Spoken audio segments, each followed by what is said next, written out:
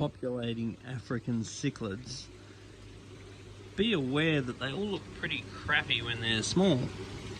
And then even some of these silver fish become the most beautiful metallic blues and reds. Now, buying the fish as babies is very affordable, but breeders only really sell the fish at sort of minimal size. Then when you see the big ones available, that just means that somebody's traded them in, that's grown them up, because nobody commercially raises bigger fish because it isn't economical. So when you go to stock your tank, you need to start out with a whole bunch of small fish and then slowly grow them up. Now, sexing a lot of these fish when they're small is not really possible. So therefore, people will go online and they'll see these absolutely smoking cichlid tanks with 50 beautiful full-coloured males in the tank. Now, don't go thinking that someone's just bought 50 fish, chucked them in the tank, and Bob's your uncle. They will have had to go through a big elimination process to allow them to get to that point. Because with cichlids, it really is the fish that John West rejects that makes John West the best. So in order to have a tank with lots of thriving males, you need to start out with a whole bunch of fish, and then you need to cull out the ones that are not so good.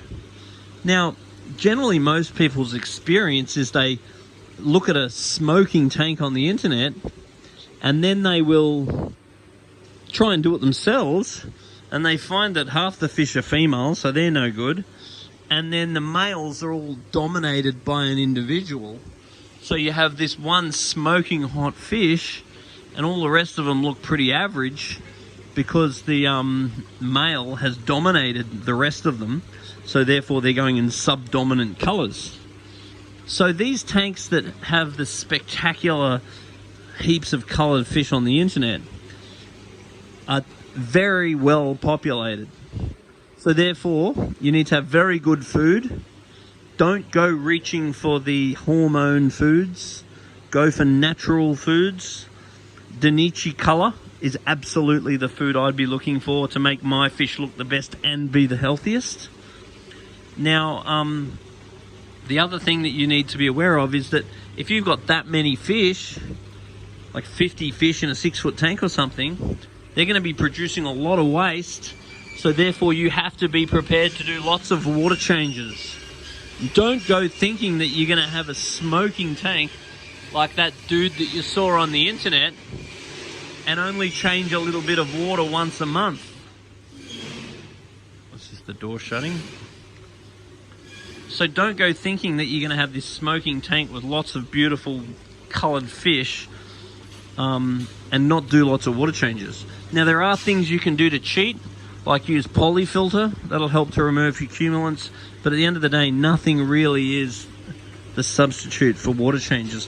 Various quality foods that you can mix in, such as Spectrum's probiotics, help to give good bacteria in the fish's poo to help keep the water cleaner. So there's lots of little tips and tricks that you can use. But once again, to get an absolutely amazing tank with absolutely every single fish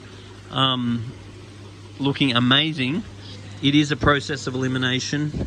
It is a passion, and you must be ready to get rid of the fish that are underperforming and get rid of fish that are causing too much trouble. So a tank full of peacocks is a very common thing to see, whereas in reality you normally see one spectacular peacock and the rest of them look like crap.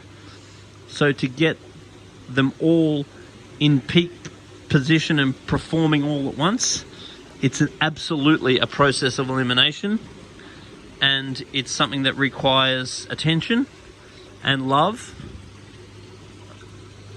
but it's very good fun. Anyway, if you've got any tips for wannabe cichlid keepers, I think the key is get more fish than you need, and then slowly remove the troublemakers and slowly remove the underperformers.